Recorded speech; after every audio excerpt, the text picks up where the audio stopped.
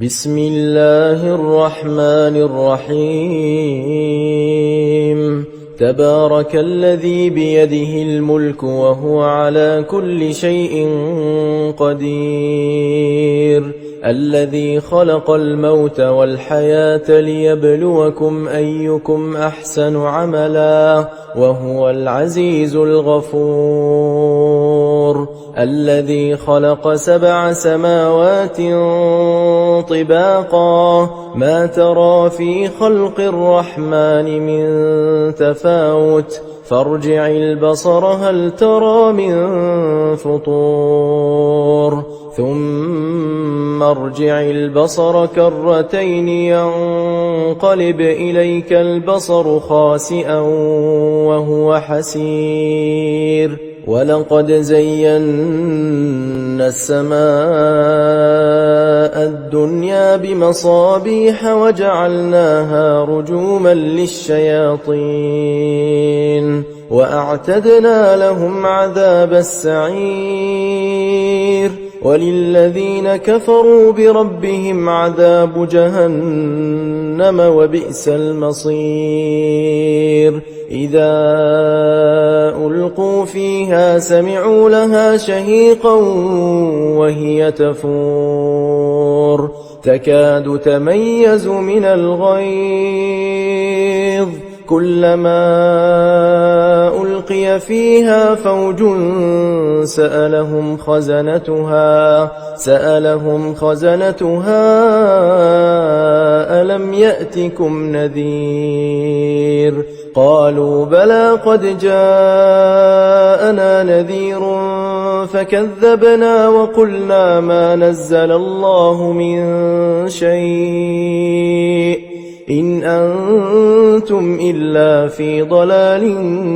كبير وقالوا لو كنا نسمع أو نعقل ما كنا في أصحاب السعير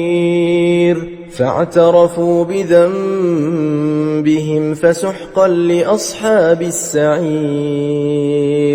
إن الذين يخشون ربهم بالغيب لهم مغفرة وأجر كبير وأسروا قولكم أو اجهروا به إنه عليم بذات الصدور ألا يعلم من خلق وهو اللطيف الخبير هو الذي جعل لكم الأرض ذلولا فامشوا في مناكبها وكلوا من رزقه وإليه النشور أأمنتم من في السماء أن يخسف بكم الأرض فإذا هي تمور أم أمنتم من في السماء أن يرسل عليكم حاصبا فستعلمون كيف نذير ولقد كذب الذين من قبلهم فكيف كان نكير أولم يروا إلى الطير فوقهم صافات ويقبضن ما يمسكهن إلا الرحمن إنه بكل شيء بصير أمن هذا الذي هو جند لكم ينصركم من دون الرحمن إن الكافرون إلا في غرور أمن هذا الذي يرزقكم إن أمسك رزقه بل لجوا في عتو ونفور أفمن يمشي مكبا على وجهه أهدى أمن يمشي سويا على صراط مستقيم قل هو الذي أنشأكم وجعل لكم السمع والأبصار والأفئدة قليلا ما تشكرون قل هو الذي ذرأكم في الأرض وإليه تحشرون ويقولون متى هذا الوعد إن كنتم صادقين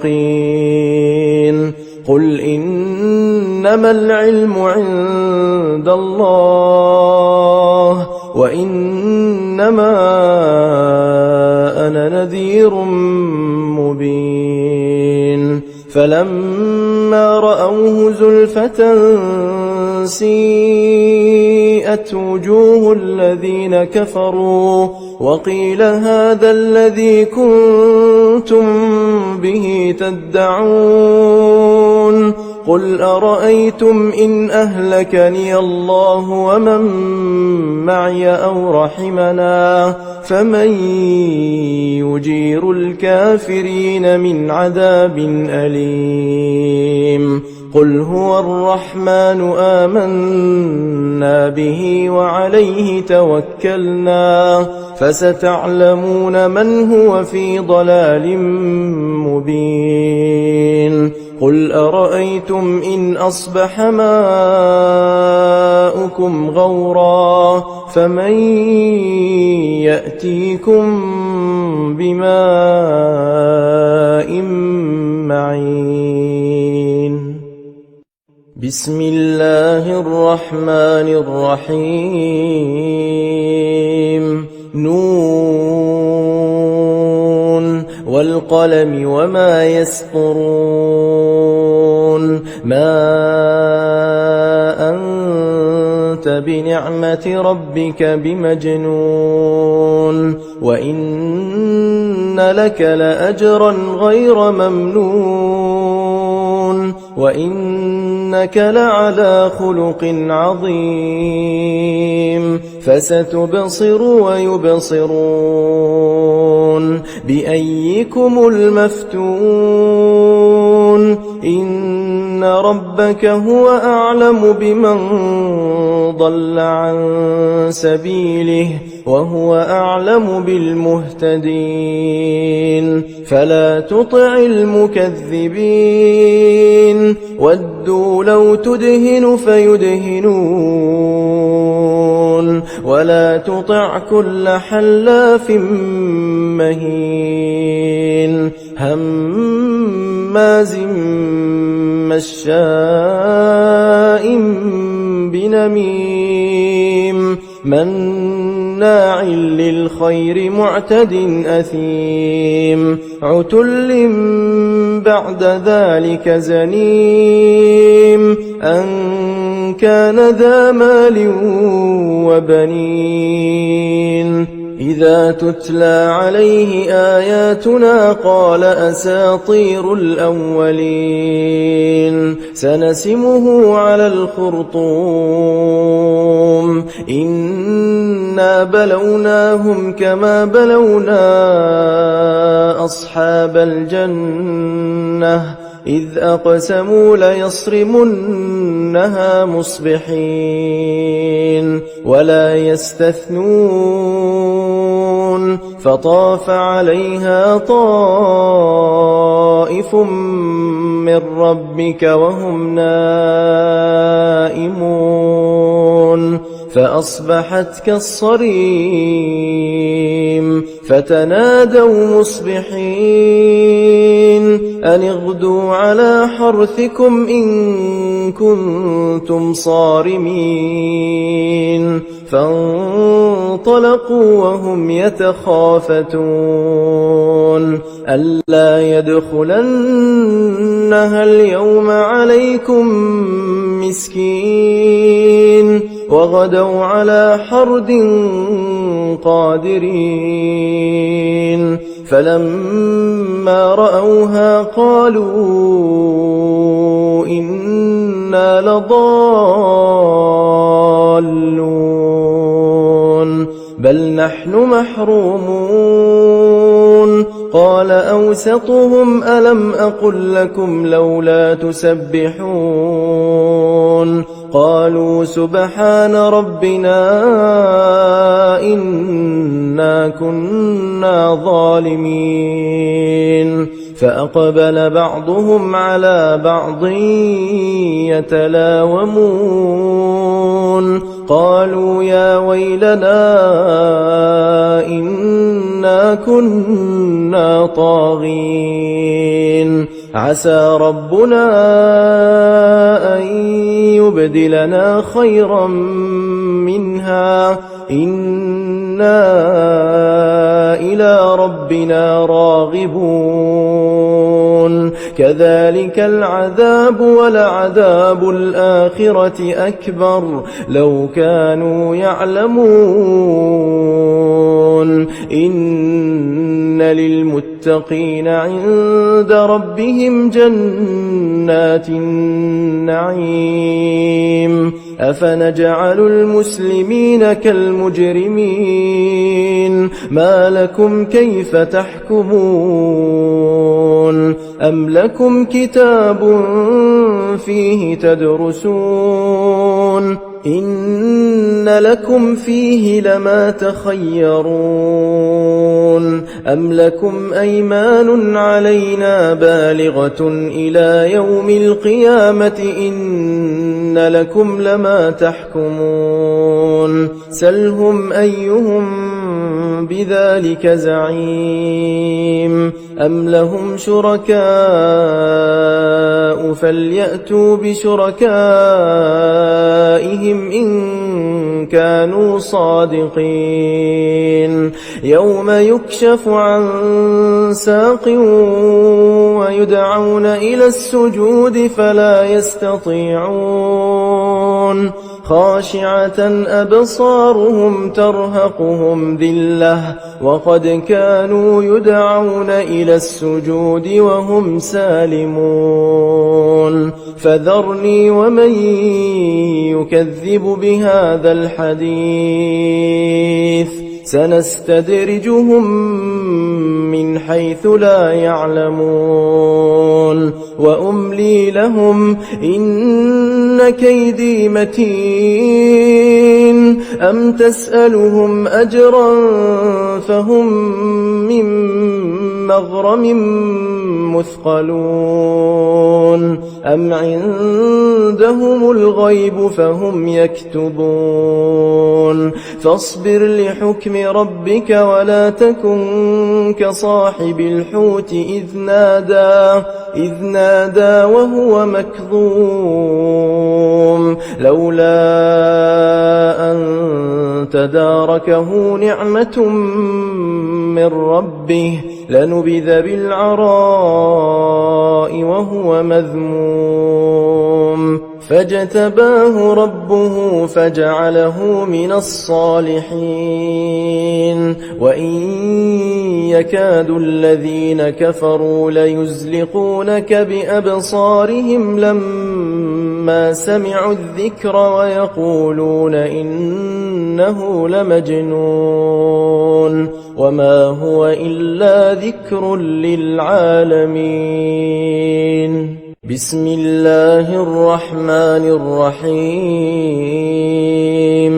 الحاقة ما الحاقة وما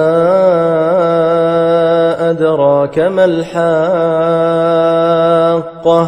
كذبت ثمود وعاد بالقارعة فأما ثمود فأهلكوا بالطاغية وأما عاد فأهلكوا بريح صرصر عاتية سخرها عليهم 7 ليال و8 أيام حسوما فترى القوم فيها صرعى كأنهم أعجاز نخل خاوية فهل ترى لهم من باقية وجاء فرعون ومن قبله والمؤتفكات بالخاطئة فعصوا رسول ربهم فأخذهم أخذة رابية إنا لما طغى الماء حملناكم في الجارية لنجعلها لكم تذكرة وتعيها أذن واعية فإذا نفخ في الصور نفخة واحدة وحملت الأرض والجبال فدكتا دكة واحدة فيومئذ وقعت الواقعة وانشقت السماء فهي يومئذ واهية والملك على أرجائها ويحمل عرش ربك فوقهم يومئذ ثمانية يومئذ تعرضون لا تخفى منكم خافية فأما من أوتي كتابه بيمينه فيقول هاؤم اقرءوا كتابيه إني ظننت أني ملاق حسابيه فهو في عيشة راضية في جنة عالية قطوفها دانية كلوا واشربوا هنيئا بما أسلفتم في الأيام الخالية وأما من أوتي كتابه بشماله فيقول يا ليتني لم أوت كتابيه ولم أدر ما حسابيه يا ليتها كانت القاضية ما أغنى عني ماليه هلك عني سلطانيه خذوه فغلوه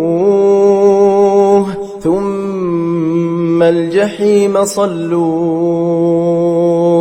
ثم في سلسلة ذرعها 70 ذراعا فاسلكوه إنه كان لا يؤمن بالله العظيم ولا يحض على طعام المسكين فليس له اليوم هاهنا حميم ولا طعام إلا من غسلين لا يأكله إلا الخاطئون فلا أقسم بما تبصرون وما لا تبصرون إنه لقول رسول كريم وما هو بقول شاعر قليلا ما تؤمنون ولا بقول كاهن قليلا ما تذكرون تنزيل من رب العالمين ولو تقول علينا بعض الأقاويل لأخذنا منه باليمين ثم لقطعنا منه الوتين فما منكم من أحد عنه حاجزين وإنه لتذكرة للمتقين وإنا لنعلم أن منكم مكذبين وإنه لحسرة على الكافرين وإنه لحق اليقين فسبح باسم ربك العظيم بسم الله الرحمن الرحيم سأل سائل بعذاب واقع للكافرين ليس له دافع من الله ذي المعارج تعرج الملائكة والروح إليه في يوم كان مقداره 50,000 سنة فاصبر صبرا جميلا إنهم يرونه بعيدا ونراه قريبا يوم تكون السماء كالمهل وتكون الجبال كالعهن ولا يسأل حميم حميما يبصرونهم يود المجرم لو يفتدي من عذاب يومئذ ببنيه وصاحبته وأخيه وفصيلته التي تؤويه ومن في الأرض جميعا ثم ينجيه كلا إنها لظى نزاعة للشوى تدعو من أدبر وتولى وجمع فأوعى إن الإنسان خلق هلوعا إذا مسه الشر جزوعا وإذا مسه الخير منوعا إلا المصلين الذين هم على صلاتهم دائمون والذين في أموالهم حق معلوم للسائل والمحروم والذين يصدقون بيوم الدين والذين هم من عذاب ربهم مشفقون إن عذاب ربهم غير مأمون والذين هم لفروجهم حافظون إلا على أزواجهم أو ما ملكت أيمانهم فإنهم غير ملومين فمن ابتغى وراء ذلك فأولئك هم العادون والذين هم لأماناتهم وعهدهم راعون والذين هم بشهاداتهم قائمون والذين هم على صلاتهم يحافظون أولئك في جنات مكرمون فما للذين كفروا قبلك مهطعين عن اليمين وعن الشمال عزين أيطمع كل امرئ منهم أن يدخل جنة نعيم كلا إنا خلقناهم مما يعلمون فلا أقسم برب المشارق والمغارب إنا لقادرون على أن نبدل خيرا منهم وما نحن بمسبوقين فذرهم يخوضوا ويلعبوا حتى يلاقوا يومهم الذي يوعدون يوم يخرجون من الأجداث سراعا كأنهم إلى نصب يوفضون خاشعة أبصارهم ترهقهم ذلة ذلك اليوم الذي كانوا يوعدون بسم الله الرحمن الرحيم إنا أرسلنا نوحا إلى قومه أن أنذر وأنذر قومك من قبل أن يأتيهم عذاب أليم قال يا قوم إني لكم نذير مبين أن اعبدوا الله واتقوه وأطيعون يغفر لكم من ذنوبكم ويؤخركم إلى أجل مسمى إن أجل الله إذا جاء لا يؤخر لو كنتم تعلمون قال رب إني دعوت قومي ليلا ونهارا فلم يزدهم دعائي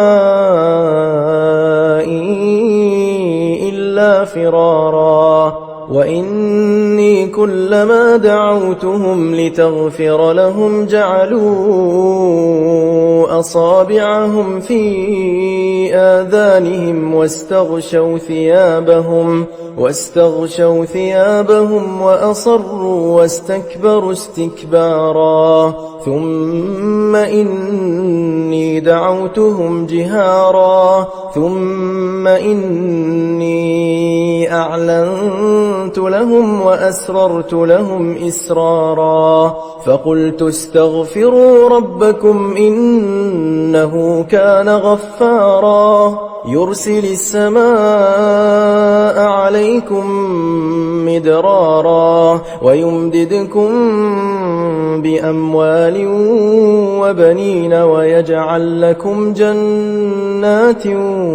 ويجعل لكم أنهارا ما لكم لا ترجون لله وقارا وقد خلقكم أطوارا ألم تروا كيف خلق الله 7 سماوات طباقا وجعل القمر فيهن نورا وجعل الشمس سراجا والله أنبتكم من الأرض نباتا ثم يعيدكم فيها ويخرجكم إخراجا والله جعل لكم الأرض بساطا لتسلكوا منها سبلا فجاجا قال نوح رب إنهم عصوني واتبعوا من لم يزده ماله وولده إلا خسارا ومكروا مكرا كبارا وقالوا لا تذرن آلهتكم ولا تذرن ودا ولا سواعا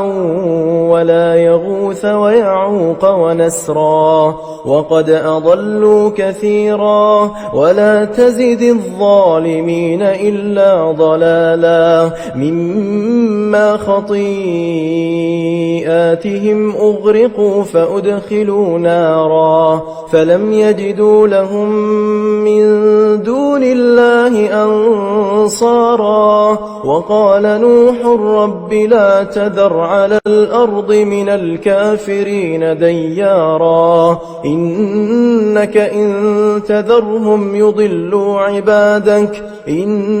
إن تذرهم يضلوا عبادك ولا يلدوا إلا فاجرا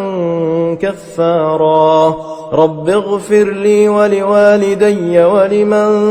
دخل بيتي مؤمنا وللمؤمنين والمؤمنات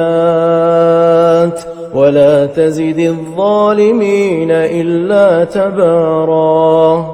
بسم الله الرحمن الرحيم قل أوحي إلي أنه استمع نفر من الجن فقالوا إنا سمعنا قرآنا عجبا يهدي إلى الرشد فآمنا به ولن نشرك بربنا أحدا وأنه تعالى جد ربنا ما اتخذ صاحبة ولا ولدا وأنه كان يقول سفيهنا على الله شططا وأنا ظننا أن لن تقول الإنس والجن على الله كذبا وأنه كان رجال من الإنس يعوذون برجال من الجن فزادوهم رهقا وأنهم ظنوا كما ظننتم أن لن يبعث الله أحدا وأنا لمسنا السماء فوجدناها ملئت حرسا شديدا وشهبا وأنا كنا نقعد منها مقاعد للسمع فمن يستمع الآن يجد له شهابا رصدا وأنا لا ندري أشر أريد بمن في الأرض أم أراد بهم ربهم رشدا وأنا منا الصالحون ومنا دون ذلك كنا طرائق قددا وأنا ظننا أن لن نعجز الله في الأرض ولن نعجزه هربا وأنا لما سمعنا الهدى آمنا به فمن يؤمن بربه فلا يخاف بخسا ولا رهقا وأنا منا المسلمون ومنا القاسطون فمن أسلم فأولئك تحروا رشدا وأما القاسطون فكانوا لجهنم حطبا وأن لو استقاموا على الطريقة لأسقيناهم ماء غدقا لنفتنهم فيه ومن يعرض عن ذكر ربه يسلكه عذابا صعدا وأن المساجد لله فلا تدعوا مع الله أحدا وأنه لما قام عبد الله يدعوه كادوا يكونون عليه لبدا قل إنما أدعو ربي ولا أشرك به أحدا قل إني لا أملك لكم ضرا ولا رشدا قل إني لن يجيرني من الله أحد ولن أجد من دونه ملتحدا إلا بلاغا من الله ورسالاته ومن يعص الله ورسوله فإن له نار جهنم خالدين فيها أبدا حتى إذا رأوا ما يوعدون فسيعلمون من أضعف ناصرا وأقل عددا قل إن أدري أقريب ما توعدون أم يجعل له ربي أمدا عالم الغيب فلا يظهر على غيبه أحدا إلا من ارتضى من رسول فإنه يسلك من بين يديه ومن خلفه رصدا ليعلم أن قد أبلغوا رسالات ربهم وأحاط بما لديهم وأحصى كل شيء عددا بسم الله الرحمن الرحيم يا أيها المزمل قم الليل إلا قليلا نصفه أو انقص منه قليلا أو زد عليه ورتل القرآن ترتيلا إنا سنلقي عليك قولا ثقيلا إن ناشئة الليل هي أشد وطئا وأقوم قيلا إن لك في النهار سبحا طويلا واذكر اسم ربك وتبتل إليه تبتيلا رب المشرق والمغرب لا إله إلا هو فاتخذه وكيلا واصبر على ما يقولون واهجرهم هجرا جميلا وذرني والمكذبين أولي النعمة ومهلهم قليلا إن لدينا أنكالا وجحيما وطعاما ذا غصة وعذابا أليما يوم ترجف الأرض والجبال وكانت الجبال كثيبا مهيلا إنا أرسلنا إليكم رسولا شاهدا عليكم كما أرسلنا إلى فرعون رسولا فعصى فرعون الرسول فأخذناه أخذا وبيلا فكيف تتقون إن كفرتم يوما يجعل الولدان شيبا السماء منفطر به كان وعده مفعولا إن هذه تذكرة فمن شاء اتخذ إلى ربه سبيلا إن ربك يعلم أنك تقوم أدنى من ثلثي الليل ونصفه وثلثه وطائفة من الذين معك والله يقدر الليل والنهار علم أن لن تحصوه فتاب عليكم فاقرؤوا ما تيسر من القرآن علم أن سيكون منكم مرضى وآخرون يضربون في الأرض يبتغون من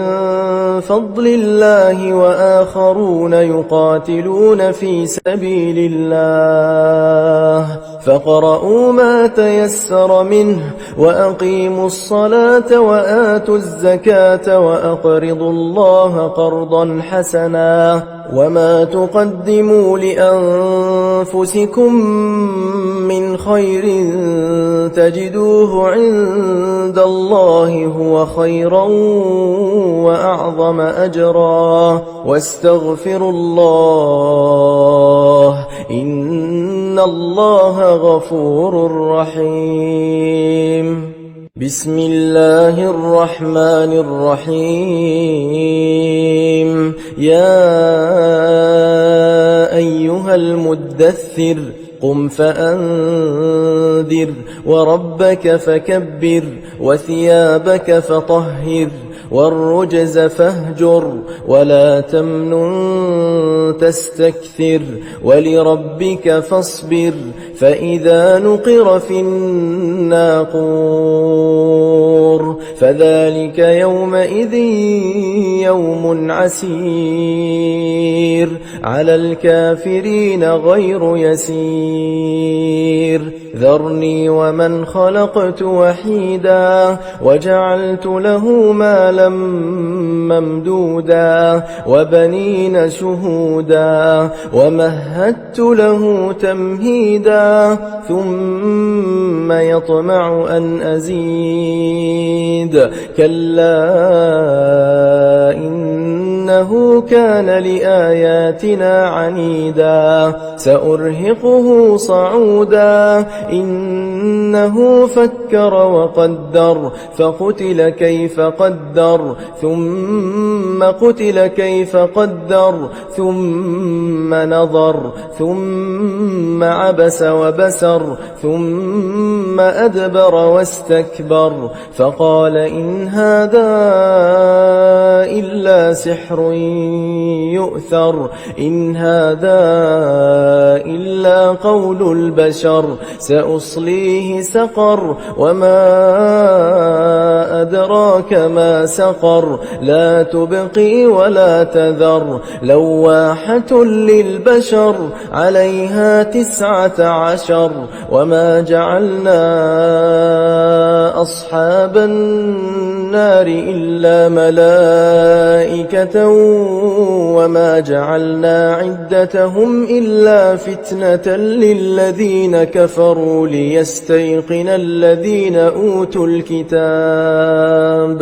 ليستيقن الذين أوتوا الكتاب ويزداد الذين آمنوا إيمانا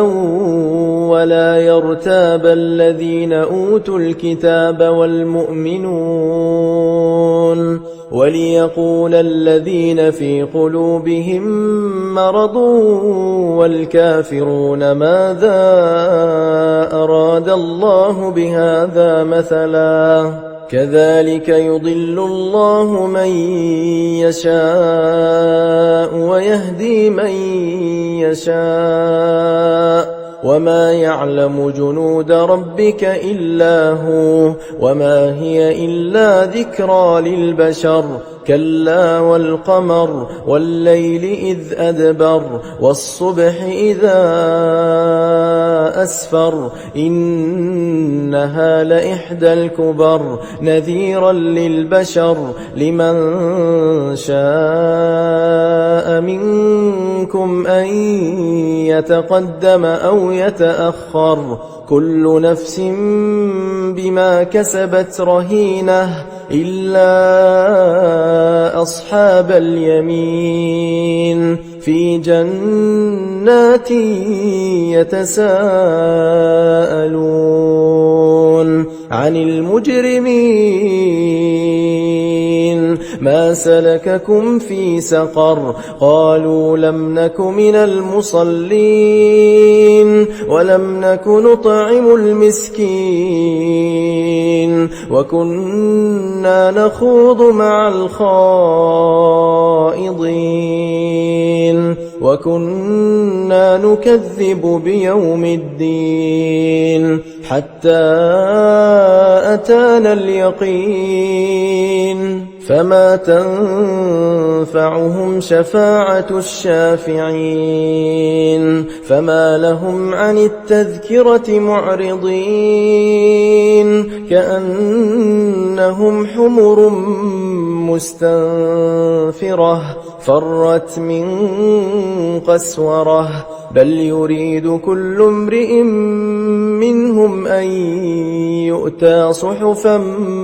منشرة كلا بل لا يخافون الآخرة كلا إنه تذكرة فمن شاء ذكره وما يذكرون إلا أن يشاء الله هو أهل التقوى وأهل المغفرة بسم الله الرحمن الرحيم لا أقسم بيوم القيامة ولا أقسم بالنفس اللوامة أيحسب الإنسان أن لن نجمع عظامه بلى قادرين على أن نسوي بنانه بل يريد الإنسان ليفجر أمامه يسأل أيان يوم القيامة فإذا برق البصر وخسف القمر وجمع الشمس والقمر يقول الإنسان يومئذ أين المفر كلا لا وزر إلى ربك يومئذ المستقر ينبأ الإنسان يومئذ بما قدم وأخر بل الإنسان على نفسه بصيرة ولو ألقى معاذيره لا تحرك به لسانك لتعجل به إن علينا جمعه وقرآنه فإذا قرأناه فاتبع قرآنه ثم إن علينا بيانه كلا بل تحبون العاجلة وتذرون الآخرة وجوه يومئذ ناظرة إلى ربها ناظرة ووجوه يومئذ باسرة تظن أن يفعل بها فاقرة كلا إذا بلغت التراقي وقيل من راق وظن أنه الفراق والتفت الساق بالساق إلى ربك يومئذ المساق فلا صدق ولا صلى ولكن كذب وتولى ثم ذهب إلى أهله يتمطى أولى لك فأولى ثم أولى لك فأولى أيحسب الإنسان أن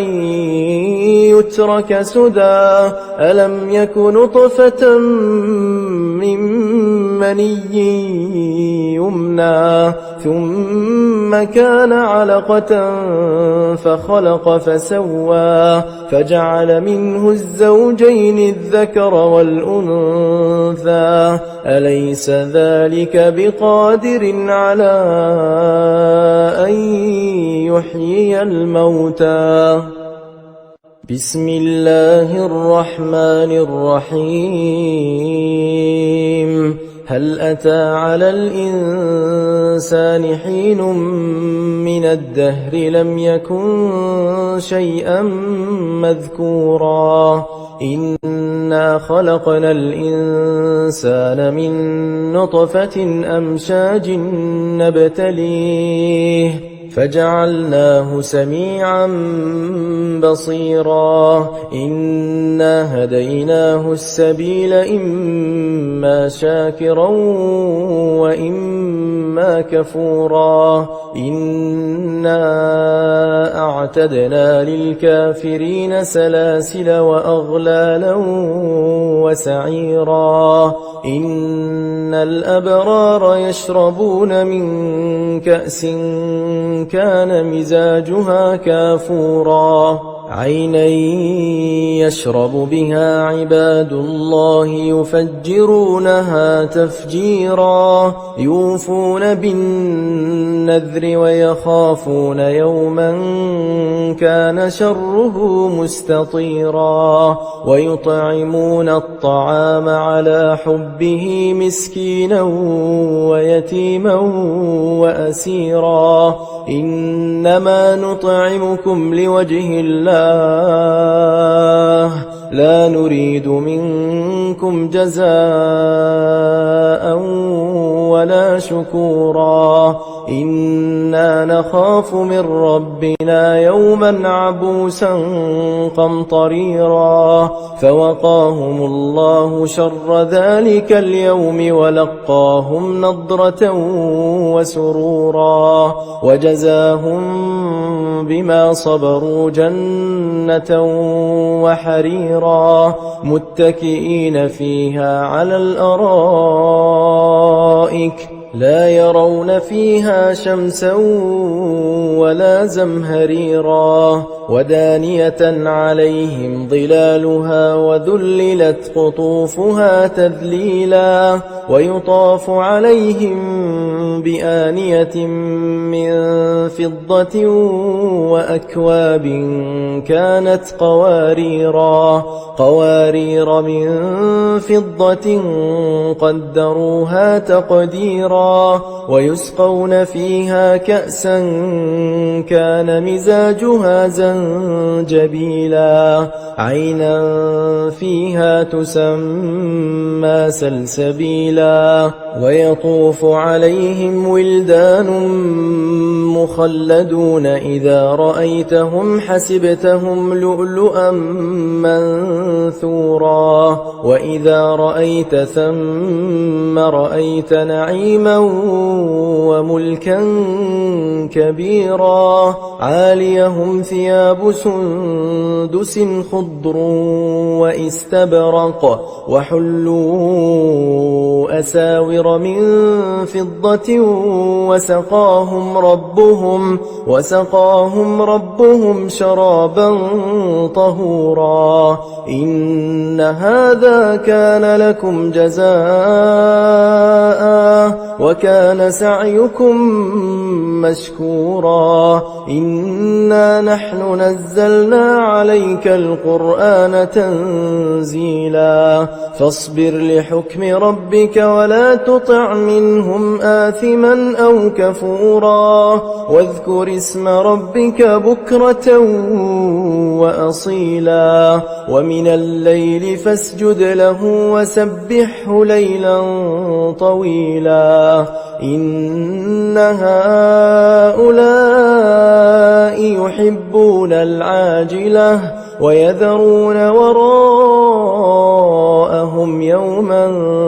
ثقيلا نحن خلقناهم وشددنا أسرهم وإذا شئنا بدلنا أمثالهم تبديلا إن هذه تذكرة فمن شاء اتخذ إلى ربه سبيلا وما تشاءون إلا أن يشاء الله إن الله كان عليما حكيما يدخل من يشاء في رحمته والظالمين أعد لهم عذابا أليما بسم الله الرحمن الرحيم والمرسلات عرفا فالعاصفات عصفا والناشرات نشرا فالفارقات فرقا فالملقيات ذكرا عذرا أو نذرا إنما توعدون لواقع فإذا النجوم طمست وإذا السماء فرجت وإذا الجبال نسفت وإذا الرسل أقتت لأي يوم أجلت ليوم الفصل وما أدراك ما يوم الفصل ويل يومئذ للمكذبين ألم نهلك الأولين ثم نتبعهم الآخرين كذلك نفعل بالمجرمين ويل يومئذ للمكذبين ألم نخلقكم من ماء مهين فجعلناه في قرار مكين إلى قدر معلوم فقدرنا فنعم القادرون ويل يومئذ للمكذبين ألم نجعل الأرض كفاتا أحياء وأمواتا وجعلنا فيها رواسي شامخات والحجارات وأسقيناكم ماء فراتا ويل يومئذ للمكذبين انطلقوا إلى ما كنتم به تكذبون انطلقوا إلى ظل ذي 3 شعب لا ظليل ولا يغني من اللهب إنها ترمي بشرر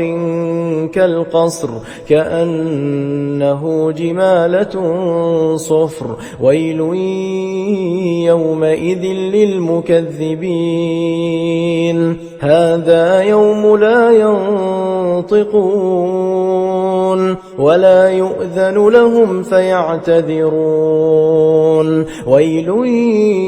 يومئذ للمكذبين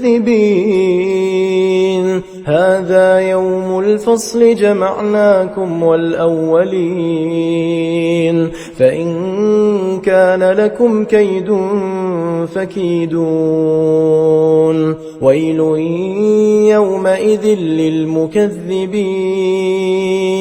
إن المتقين في ظلال وعيون وفواكه مما يشتهون كلوا واشربوا هنيئا بما كنتم تعملون